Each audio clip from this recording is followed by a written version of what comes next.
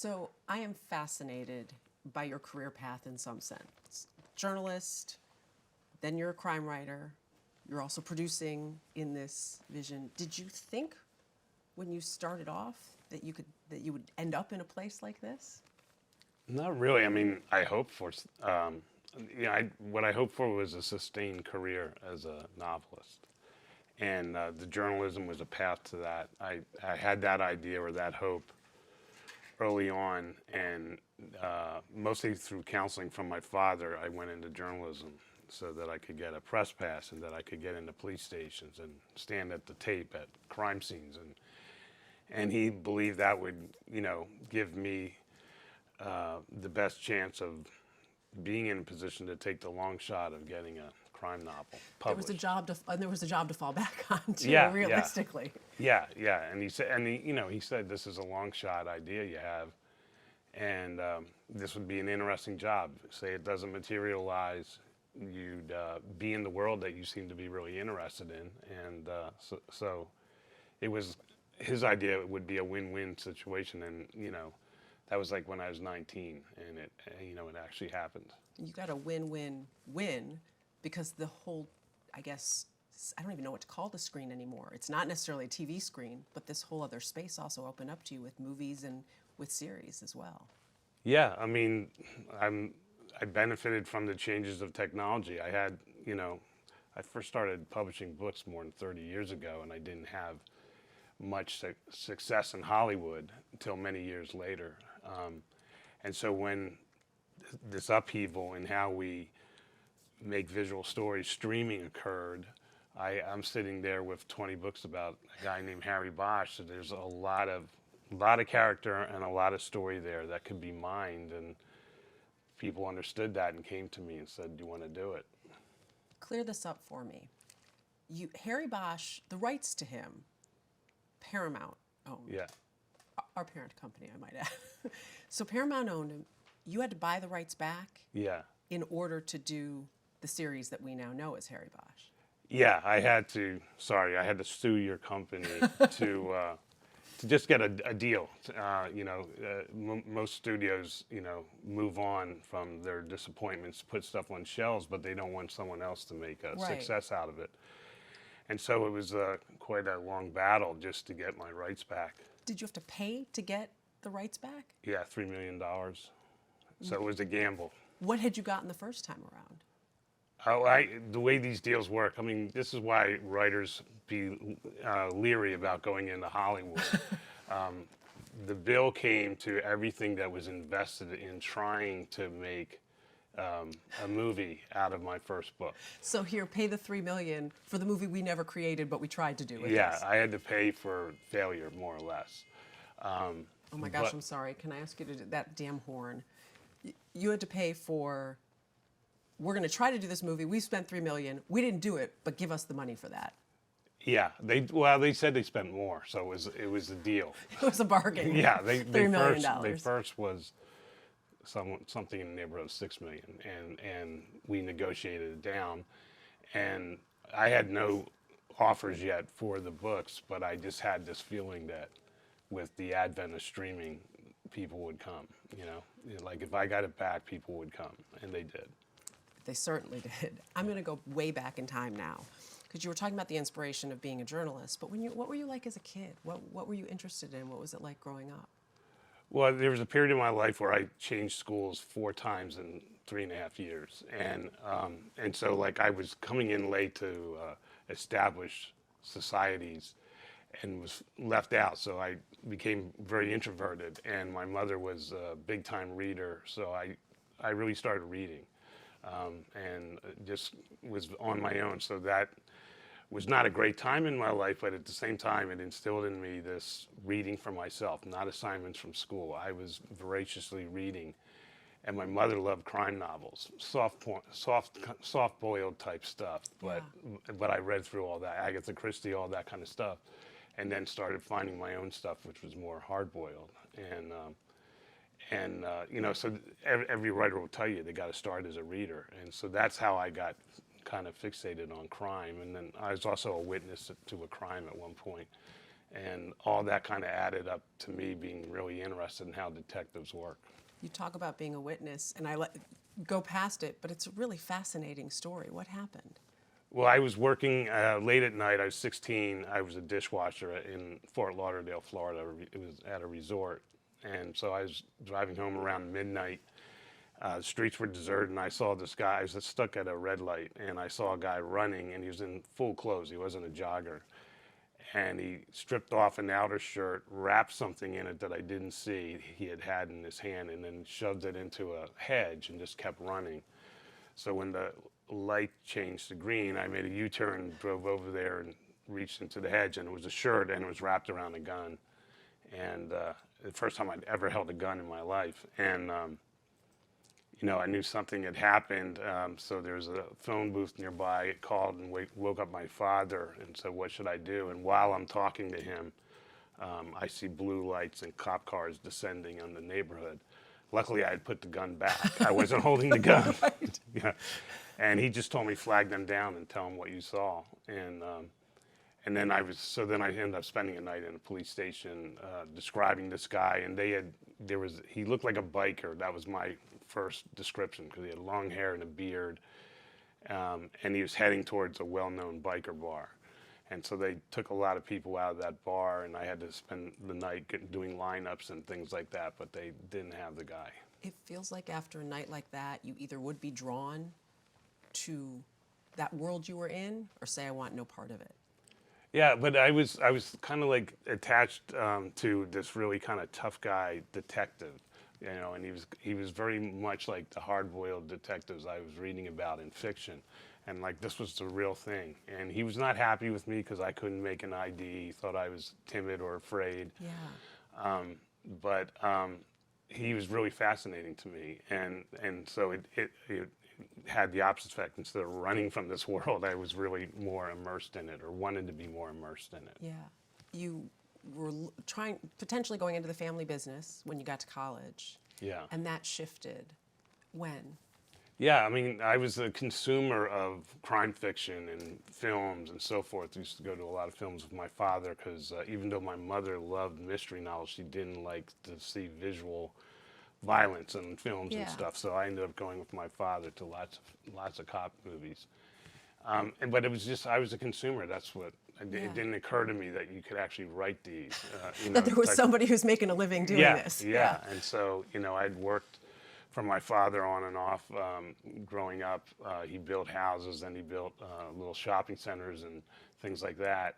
And so I went to school to get an engineering degree in building construction, which I was not doing very well at. And I would always go on Mondays at the student union. They had dollar movie night, and I saw a movie called The Long Goodbye, and I really loved the movie, but it was based on a book, and I had never read that book. So I found that book and read it, and that really kind of changed my path. Thought maybe this could be a direction for me. Yeah. And you mentioned the journalism from your dad. Was it, at that point, hey, Dad, I want to do this, I want to change careers, what do I do? Or how did that sort of shift? Yeah, I went to college about five-hour drive from our home. So I drove home really dreading what was going to happen when I told my dad, I don't want to be in the family business. I don't even want a traditional education. I want to write novels, and I want to write crime novels very specifically. And I didn't know it at the time, but my dad was a frustrated artist. We had paintings that he had done when he was a kid hanging in the house, but I always thought that was like a kid's hobby or something. Yeah.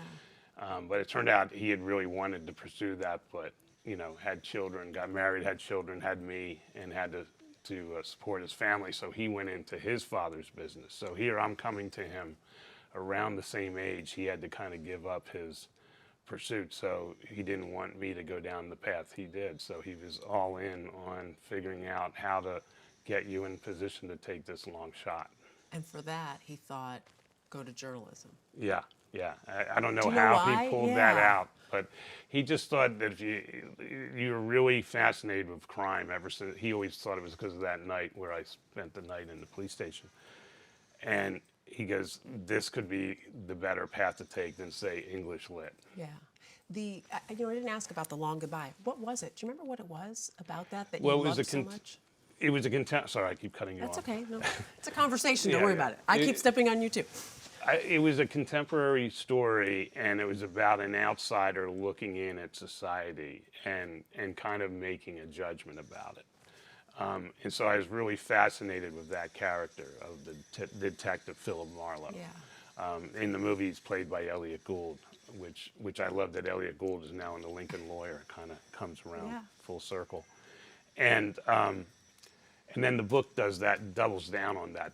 The books, there's I think 6 or 7 novels, I forget now, but the Philip Marlowe books are all about an outsider looking in, and it connected with me because I went through those 4 years where I was the outsider looking in, and there was just something about this lone detective, no partner, no badge, just was really attractive to me, and from those books I found others in similar vein, like Ross MacDonald and John D. MacDonald. And I'd already read some John D. MacDonald because he wrote about Fort Lauderdale. And actually wrote, his fictional detective lived on a houseboat at the resort I was working at on that night that I saw the guy running. Wow.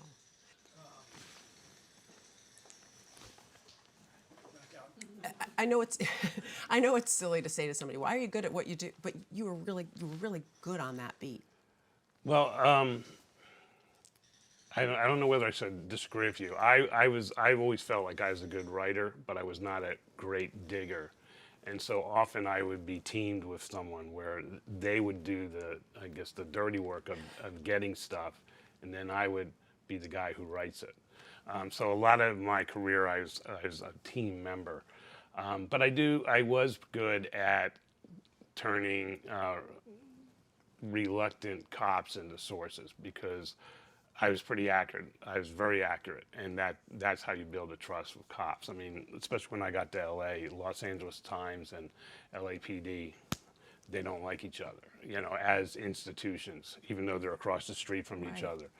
There was even a lieutenant over there who would always keep his blinds down because he thought we were watching and spying and all this stuff. And so that was a very hard police department to penetrate and get sources to help you. And I felt I was pretty good at that. And that led to stories that no one had. How did you come about and create Harry Bosch? I think I was, this is metaphor, but I've been putting stuff in my back pocket for years, stuff that I would see on the crime beat that has no business in a news story, but I knew this would be a really cool character thing. Just the way cops would point out fingerprint dust to others so you didn't get on your suit, that kind of stuff, little details. And so I've been gathering this stuff for a long time, gathering string. And, I got this chance, this is way back when I was in Fort Lauderdale, to spend a week embedded, they didn't use those words, but I was embedded with the homicide squad because they were having a very violent year. And on a per capita basis, some newspaper named Fort Lauderdale the murder capital of the world, mostly because of the drugs and so forth. Yeah. And that one week, I saw them investigate 3 murders, and I was on the other side of the tape, I was with them. And that has really informed so much of my work, not just for the forensics and the detail of what they did, but for the character, especially the sergeant who was in charge of the unit, and his name happened to be Hurt. But he was a Vietnam veteran. You could see he had PTSD, even though that was probably not even a term back then. Right. But he was mission oriented. He would at every crime scene he would kind of squat down next to the victim and just have this private moment. And he wouldn't tell me about it, but I knew he was making some kind of promise, and that really, I was seeing stuff and saying, that's what I got to get in my books. When I write my book, I want it to be someone like that. And so even though I was brought to this idea through Philip Marlowe and mostly Private Eyes, I knew when I wrote, I had to write about a guy with a badge who could feel like an outsider but was an insider. I knew I had to use what I had, what I was witnessing, and what I had access to, and that's why Harry Bosch carried a badge and wasn't a guy like Philip Marlowe. You, for a few years at least, were still working the crime beat and writing novels. How did you even balance that at the time? I don't know. I think I was so excited. I mean, I overwrote my first book. I kept writing it and rewriting it. You don't know anything about publishing in the world. You also know people are going to judge your writing. And, when you make it up, when you write fiction, it's very personal. And, so I probably should have sent that book out into the world 2 or 3 years before I did. But instead, it was my hobby. Right. But once I got that published, I really saw a glimmer of hope of what I was thinking when I was 19. There's a shot here of creating something that will sustain me financially, my family, all that kind of stuff. And so I worked pretty hard at it. And I made my wife, you should be interviewing my wife, because she made the biggest sacrifice. I said to her, I'm going to have to work 4 nights a week and one of our weekend days to write these books. Are you good with that? And and if I make it, I make it. But I might not make it. So, but she took that deal, and it worked out. You've done pretty well. Yeah. As a she with Yeah. this one. It feels like in doing both jobs, though, you also had fuel, stories, ideas that you could put into Bosch if you wanted to. Were you worried when you left the crime beat, where do I get these little pieces and these nuggets that I have? Yeah, I was worried, but it was unfounded. It turned out I actually stayed longer than I had to in terms of financial and so forth. I was getting good deals from my publisher, and my profile was, I'm not an overnight success, but my profile was on the way up. Yeah. But I had this amazing access, and so I didn't want to leave. But I at one point I thought, I should either be the best cop reporter I could be, or I should try to be the best crime novelist I could be. And I think they were hurting, one or the other. And so I took a 6-month leave of absence and wrote most of my 4th book. And I think that book is a big pivot in my career. I think it's so much better than the first 3. And that was because it had my full-time focus. And so I went back for another 6 months and left. The characters that you've created, Bosch and Ballard, Mickey Haller, is there something that you think they all share in common? I think they do share the same worldview, and I think it's embodied in what Bosch says, that everybody counts or nobody counts. That's not how the world operates. It's how it should. And I think you can see that in Mickey Haller and Ballard. Definitely in Ballard, it's almost like Bosch has handed that baton to her. Yeah. And I think that's the commonality. I realized I didn't finish or answer your question about, was I worried when I left? So Yeah. that's why I did stay all those years. I could have left earlier, but I wanted the access. And then when it turned out was I was no longer a threat to anybody in the police station because I wasn't working for the LA Times. And So now they're giving you information. Yeah, more doors were opened, and I got to go see things that they would never show me or never tell me when I was a newspaper reporter. And it was stupid. I look back and say, boy, that was stupid. I should have seen that, but I just didn't. So anyway, my access improved, and that's carried through the years. So most of the people I knew when I was on the crime beat are long retired. But we, like on the TV show and so forth, we enjoy a lot of access because they know that I sincerely try to get their world right. Why is it so important to get that world right? I just think it's like when I do a book signing, I often say, raise your hand if you've ever solved a murder. And of course, no one raises their hand. And so it's a foreign world that is important to people. It's important that we have police that we can trust, but there's so much distrust. It's just a world that needs explaining. And so if you're going to do it, even in fiction, do it right is the way I view it. there's more entertaining, there's more drama, there's more everything if you just tell it the way it is and don't make it up. So in that regard, I'm still a journalist, I believe. Yeah, and you, even the character, like there's so many, it's like there's one foot in reality and one in that fiction. It feels like when I'm reading that, oh wait, that was a real crime, like in this book. Black Dahlia is okay, that's real, but this is a fictional character, but your characters are sometimes based on people. It feels like these worlds are sort of connected, the fictional and the real world. Well, yeah, and that's part of the plan. I mean, that connects the reader to your character. Harry Bosch does not exist. Right. He exists in my head and in readers' heads. But I just have felt like if I'm going to take this guy who's totally fiction, I want to plant his feet in a real world. And that's the best way to connect him or sell him to the reader. And, so all the restaurants are real. The terrain he When you travels. talk about the directions and the streets and all of that, those are places where if you know LA especially, you know exactly where you're talking about. Yeah, and I just think that's, I'm not saying I'm right. There's other ways of doing it. It's the best way for me to do it, and I think that's what has, connected Harry Bosch to a lot of people. It feels like Los Angeles is also a character. Oh, in all of your absolutely. books. Yeah, I mean, it's funny. I write about a guy who solves murders, and that's really window dressing on a story about a city and a guy, or in some places a woman. It's really that is also the commonality between all these is the connection to Los Angeles. I love Ballard.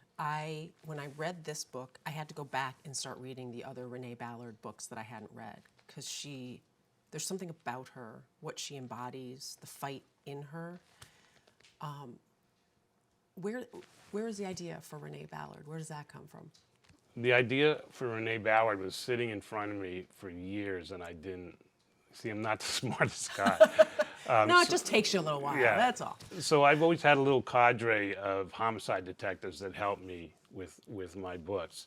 And it changes over years as they get new partners and they say, do you want to meet my partner, and so forth. So about 10 years ago, I met, actually longer, 15 years ago, I met a detective named Mitzi Roberts, who was partnered with a longtime friend of mine and a guy who had helped me with many books.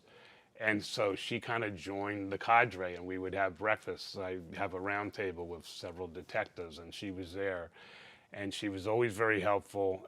She agreed to read my manuscripts, and she has a very literary sense. So she would come back and say, I wouldn't say it this way. This is what I would say in this position as a detective. And so she kind of rose to the very top of my go-to people. And this went on for years, and she was helping me with Harry Bosch. And then one day, it occurred to me I should ask her how she made her ascension through the department as a woman, because she had a much steeper hill to climb. Mm-hmm. And that's when she told me I volunteered for the detective job nobody wanted, working the midnight shift in Hollywood. And then it's like, duh, and the light bulb goes off. And I say, tell me more. And from that and other conversations came Renee Ballard. So whereas Harry Bosch comes from myriad inspirational sources, real detectives, fictional detectives, movie detectives, Renee Ballard comes from one source, one point of inspiration, Mitzi Roberts. Does Mitzi like Renee?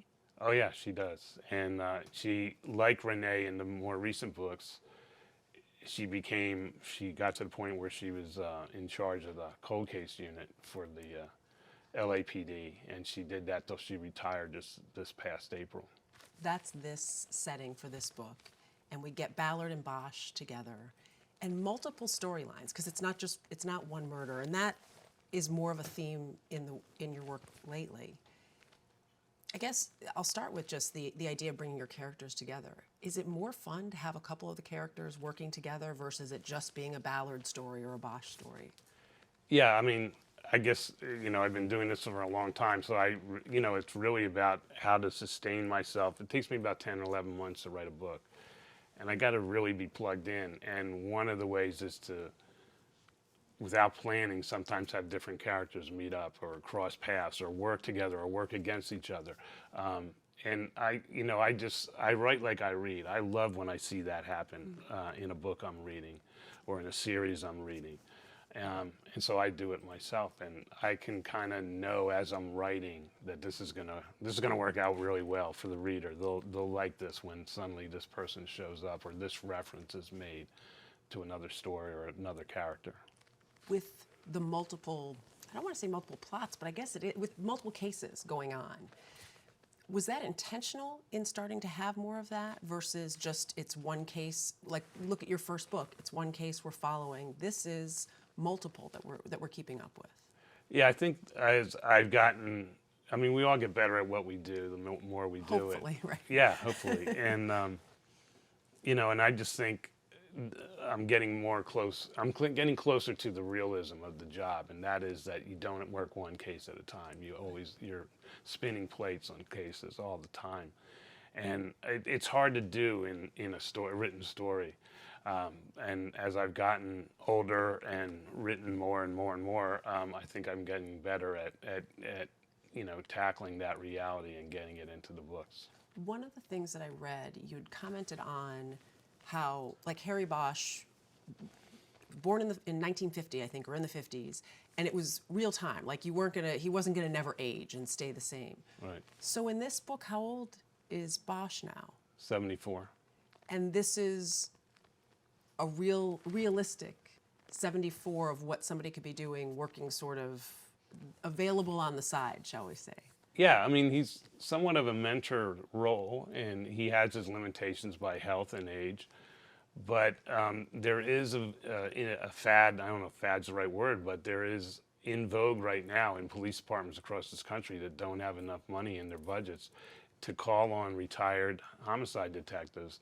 And cold case units all across this country have a lot of volunteers, and they're people that are mission oriented, that they were retired because of age or rules or whatever, but they still can close cases. I mean, one of the people in my group, Mitzi Roberts' partner, is 71 or 72 right now, and he solved 3 cases last year as a volunteer cold case. So as long as that guy's out there doing it for real, I think Harry Bosch can sustain. And so I people may question that, but I don't at all. I think it's realistic that someone who can carry that torch and doesn't want to put it out, volunteers his time or shows up when you least expect it. Have you thought about what the end will be for Harry Bosch or even for Renee Ballard, any of these characters? I think about it a little bit. I mean, I'm obviously, most of my writing days are behind me. And so as I face mortality and thoughts about mortality, I carry it over to my characters, especially Harry, because he's older than me. I'm older than all the other characters, so I don't really have to worry about them. But, and I've been given this amazing opportunity to kind of write about a city and a character as they both evolve over 30 plus years and going now. That's just an amazing gift I've been given. So I really have to treasure it, and I got to take care of it. And so I don't know how it will end. I just know that I hope whenever I'm writing my last book, that Harry Bosch is in it. The Harry loves music, has that sort of as his escape from his dark world. Renee has the water. Why choose, I guess, salvation or a safe space for characters like these to have? Because I've found in real life the characters that go the distance and can do this job and do it well without letting the darkness that they see get inside them. They all have something like that. So Harry has his music, and he can look out at the city from his perch up in the hill, and Ballard, her thing is the water, and that I just took from Mitzi Roberts. I'm still a journalist. I'm not a creative master. I know when something's good, and I put it into my books. And so Mitzi Roberts' safe space is surfing and paddleboarding in the ocean. And when she told me that, it's like there's a box I just checked. And Yeah, so I think like all of us, no matter what our job is, we all face pressures of some kind, and so you need some kind of place where you can, you know, even out. What's that for you? I think I really like the ocean, and I mean, until last week, I had a house on the beach in Siesta Key, and that was the place where I've always said this is where I want to die, and it got wiped out pretty much by Helen and Milton. So sorry. But the frame is there, and we've already started rebuilding, so I'll have my safe space soon again. Wow, I am truly sorry. We've had that place for 25 years, and we were lucky for 24 of them, so I'm not complaining. You mentioned the space in LA. I know our crew was there shooting, and the report back to me was it's similar in a way to the way you describe Harry Bosch and what he has. Is that another, like, I feel like I keep coming back here, but there's that's a touch of reality. Let me pull this in. Well, I didn't get there till more recent years, but I could actually walk to Harry Bosch's house. The Bosch in the books, not the one in the TV show. That's on the other side of the hills. But yeah, I could walk over to the place. I was up there as a reporter. There'd been a murder of someone right in the middle of the street in this really kind of upscale neighborhood in the hills. And so when I was writing the first book, and so I was at the Yellow Tape, waiting for the cops to come talk to me, and I just wandered in the neighborhood, and I found this cantilevered house that was it was just a pad.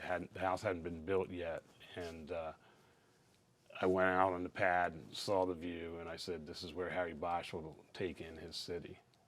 So that was a lucky thing to happen. That came out of sadly a murder, that I ended up in that neighborhood. Now I end up living in that neighborhood. All coincidence. Yeah. The writing process for some. When are you writing? When do you said it takes 11 months or so to write. When are you sitting down? Is it an everyday thing, or how are you banging out these books that we're enjoying? Well, I'm lucky because I have the journalism work ethic, which is, you know, planes, trains, and automobiles. You have to be able to write. There's no such thing as writer's block in journalism, and so I carry that over to what I do, and I write everywhere. I was writing in a car on my way here today, but I feel I'm most creative in the morning. So a perfect day for me would be writing by 6:30, and going to I'm tired, or if I have to go to a writing room in Hollywood or something. Luckily, Hollywood doesn't really get going till 10 or 11. And so I've been able to keep my pace in writing books the whole time I've been involved in TV and so forth.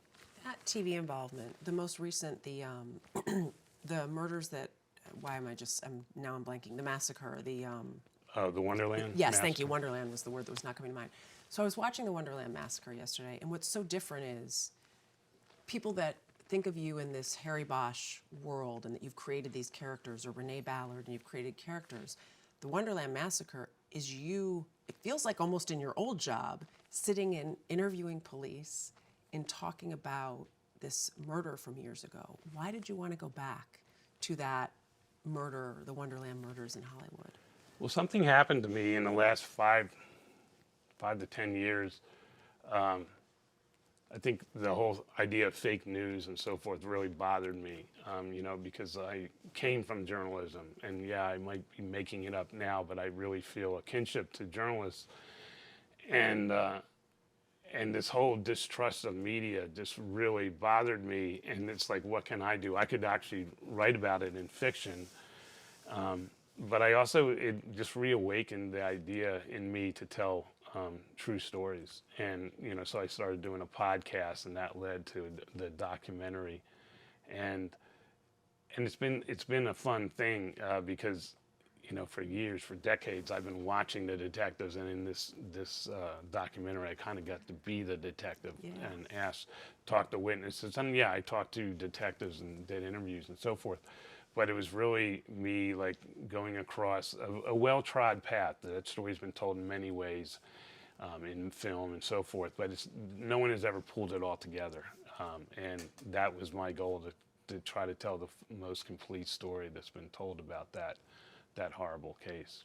What, a case like that, the Black Dahlia, which is in the latest book. What fascinates you about these cases, these unsolved, I don't want to say unsolved, but what fascinates you about these cases that have been out there for so long, some unsolved or at least not brought to a conclusion? Just that, messy justice is something that I think is thematic in my fiction, but it's also fascinated me going all the way back to when I was a journalist. I mean, one of my favorite things to do when I was working at Daily Times was to go back and revisit old cases and see what's happening. This was before the advent of quote-unquote cold case units. Right. But there's lots of unsolved murders in Los Angeles, and I was doing that maybe 2 or 3 times a year. I would go back and do a deep dive on an open case. And so not really sure. I mean, I know that the case that I had a little part of when I was 16, where I saw the guy, he had just shot somebody, and that case was never solved. Because about 8 years later, I came back to that detective as the journalist I was covering the cops now in my hometown newspaper, and one of the first things I said, whatever happened with that case? And he said, we never got anybody. You said messy justice. Yeah. Which we see in your books too, that it's not a perfect system. You don't paint it as perfect in any way. No, I mean, it's not a perfect system. It's probably the best system we could have, but there's a lot of cracks in it, and people slip through cracks. Cases don't get solved. I call it messy justice. And what's good is to have a character in this messy world that perseveres, that is undaunted, and you ride with that person, and you can't help, I hope, but be inspired by them. Are you inspired by the characters as you watch them play out on the page, your characters?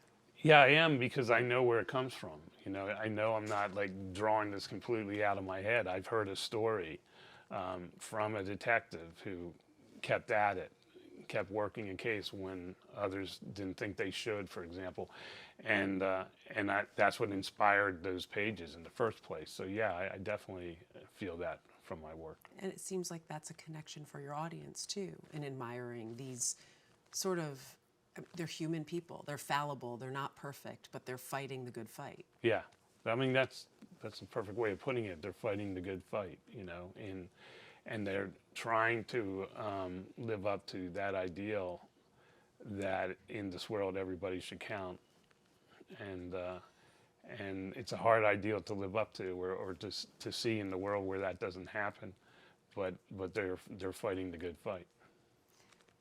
The genre that you are working in, both in print and on the screen or in streaming, is so popular right now. Like, you look at podcasts, it's all unsolved crime or crime. It just feels like people connect with this. Is it respected enough in the literary world, the way people connect with it? Like the public loves it. Does the literary world appreciate what you do in the same way? I don't think so. I mean, it doesn't bother me, because, as you say, all you have to do is look at the bestseller list, and this is what people are interested in. Yeah. I mean, these are stories about high stakes and characters having to either step up or step down, and we all want to know how we would act if we were in a situation. Would we step up? And I think that at the core of these things, yes, they're about murder investigations, and we don't know anything about that, murder investigations, but they're really about characters finding something within themselves that makes them stand up and do the right thing. And that is really an addictive thing, and it's something we all want to do. And so I think these books kind of reinforce that in ourselves. Are you glad that you have a role in the streaming version as well? Like in Bosch, in the sequel to Bosch, in the Legacy, in the upcoming Ballard, if I can say that, if I'm allowed to say. Yeah. Are you glad you have a role in these versus just handing it off to somebody else? Yeah, I mean, what happened was I was 20 years into Harry Bosch when Amazon knocked on my door. And at that point, I was pretty successful, so I didn't need Hollywood. You know, when I first sold my first book to Paramount, that helped get me out of my full-time day job. But 20 years later, it was like, if you want Harry Bosch, you got to do it my way, and that means I'm coming with him. And you know, Amazon was a nascent streamer at that point. This actually, Bosch was their first drama. They had done a couple comedies, and that was it. And so in many ways, they were neophytes, and they said, you know, and I said the other thing is I want it in writing, in a contract, that every shot in this show would be shot in Los Angeles, because Los Angeles is the biggest character as Harry Bosch is. And they agreed to that, which now they would never do. You know, now they're smart about. Well, they needed you more then than you needed them. Yeah, and so it was. I went along with the project, and you know, and I had a say in the big decisions, and so I'm glad I did that. But I did learn that there are really good people in Hollywood, really talented people, and if you can find them and surround yourself with them, you can go back to writing books. You know, it's a matter of trust, and I've built these shows about the people that are on the other side of the camera and what they will bring to it and what they think about my work and so forth. And so all the shows that I've been involved in have had people I totally trust. And so it appears that I'm really involved in all the stuff in Hollywood, but I'm really not anymore, because I know the people that are carrying my work into Hollywood are very trustworthy and very smart and very good at what they do. That's a sign of a good boss, though, right? Good executive producer. Get people that know what they're doing, and then you can sit back and let them do their jobs. Yeah. We just don't do that enough often. Yeah, well, I mean, you hear a lot of bad stories, Yeah. but I only have good ones, and you know, about my last 10 or 15 years in Hollywood. Do you think that having it stream has brought a different audience to your books also? Because usually it's read the book, then go watch. But do you think potentially you've had people come find your books now that maybe wouldn't have before? Yeah, anecdotally, I say yes. I mean, I've heard from many, many people. I'm about to start a book tour, and I'll hear it, like, I discovered you through the show. Yeah. That happens quite a bit. So I think the whole process is, that's what I hoped would happen. I mean, at the end of the day, I'm a book writer, and so whatever I do, I view these shows as commercials for my books, and I think it's working in that regard. There was one other thing when you were talking before about, you know, you'll ask people who solved a murder here, and we're talking about getting it right.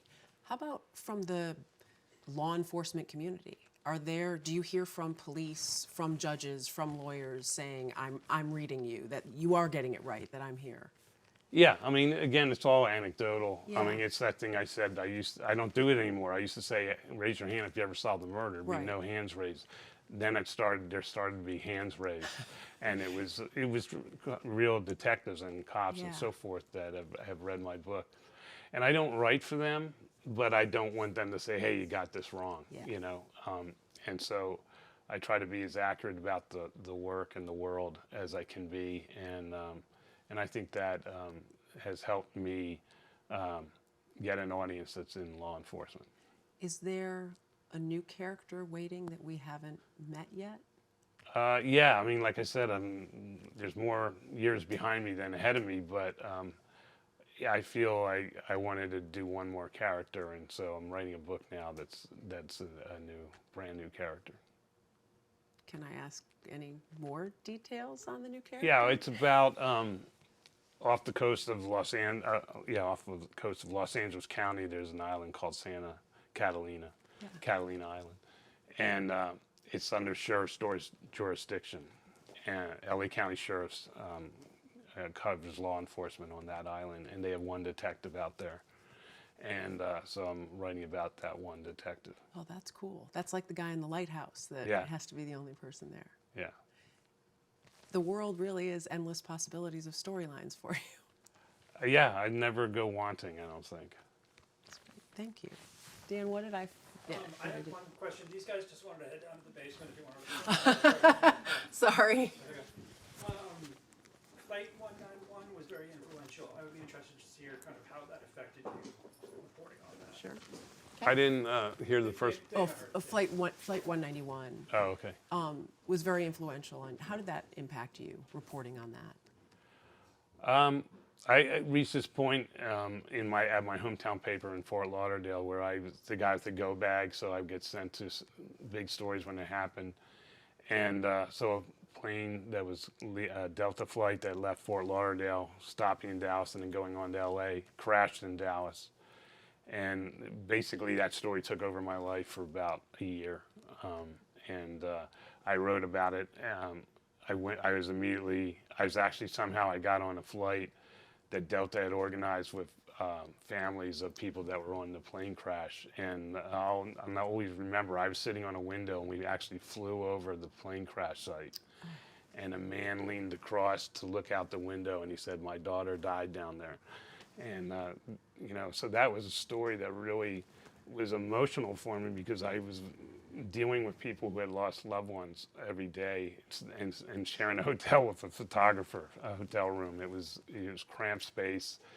And I just remember I was out there for about a month. Then I came home, and what was unusual about that plane crash was that there were, I think it was 29 survivors, and 130 or so people perished. And so I spent a year talking to the survivors and with 2 other reporters, and we wrote a magazine story that got us a lot of attention, including from the LA Times. And so that story, it's a strange thing in my life that from tragedy, as a journalist, that I'm covering good things have happened. I went up to a murder and I found the house where Harry Bosch would live. I covered this plane crash and I got a job at the LA Times, which at the time was the highest circulation newspaper in the country, and I was covering crime in the city where Raymond Chandler wrote about. It was like a coming home for me.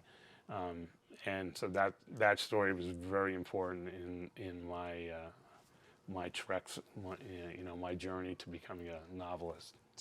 When you look back on that? I'm sorry, Danny, let's just wait for this. Yep. I was hoping it was going the other way. It's not. Yeah, it must be hard doing interviews in this town. It is. Every once in a while, you're like, in doing those interviews, how do you think that shaped you as a writer, not just as a journalist, but obviously, I think just that moment covering something like that tragedy, is there something from that you look at that you see in your characters now, something that you learned at that time in covering those families and talking to those survivors that you think is part of your writing now? Yeah, empathy. Journalism is a fast business, and oftentimes you don't have, you move to the next story, and you don't have a lot of time to dwell on it. But some of these bigger stories where I would spend weeks, months, in one case a year on one story, and you embed yourself in people's lives, it can't help but create empathy. And I think a detective like Renee Ballard, she operates on empathy, and that's what makes her so good at what she does. And when I say Renee Ballard, I'm really talking about Mitzi Roberts, who's the inspiration for Renee Ballard. I think as a detective, and she has solved some amazing cases, a lot of it came through her empathy and getting to be able to connect with witnesses or victims, family members of victims and so forth, and finding out the little piece of information that's missing that leads to the next thing. And so I feel like I got that as a journalist. I've written several books, not several, I've written a few books about a journalist that has a scar on his face because he was slapped by a woman with a ring who just lost her husband, and he had no empathy when he interviewed her. And that was a lesson he learned, but he carried the scar. And I don't have a scar, but I think I was that guy at one point in my career as a journalist. And then I think I over time, became more empathetic to people. And I think that has now served me in my writing of novels. You mentioned Raymond Chandler also had a big influence on who you are as a writer. How? Just his way of capturing a city.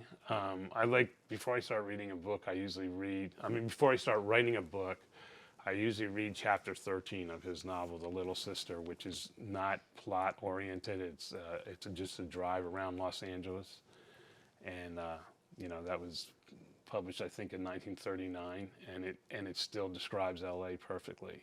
And it's so for a writer to write something that stands the test of time, almost a century later, that's an amazing accomplishment, and I see that in his books. And so that's the high watermark.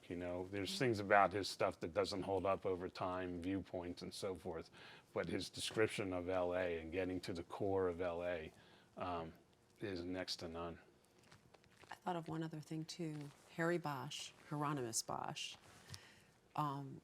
the painter, again, also from what I understand, you have a print of his near where you write. Mm-hmm. What is that of? What's the? It's actually a panel. Well, I have a lot of his prints imprinted framed in different parts of my house. But right near my writing desk is a panel from a triptych that the center painting is very dark. Most of his work is incredibly This is dark, one of his lighter moments, but it's just the third triptych, and it's basically angels going up through a lighted tunnel, carrying people to heaven. And it's the lightest thing I think he ever painted, so that's what I have that in my writing room. Was the name from the painter, or was it coincidence, or how did that? It was coincidence. When I was in college, I took a humanities class where the professor was fascinated with Hieronymus Bosch, and we studied his paintings. And this was pre-internet, Yes. and it was very obscure. And so later, when I'm creating this character, this cop, I kind of looked at L.A. as a contemporary Garden of Earthly Delights, the painter's most famous work. And I initially thought this would be a guy who could look at a crime scene like a painting and analyze it and figure things out. It didn't really work out that way, but that was one reason why I called him Hieronymus Bosch. And at that time, there still wasn't internet when my first book was published. I thought people would either think they would know the connection, they would see the connection, or more likely they wouldn't know the connection and they'd be curious about this name and where it comes from and what it means. And so I'm going to keep reading.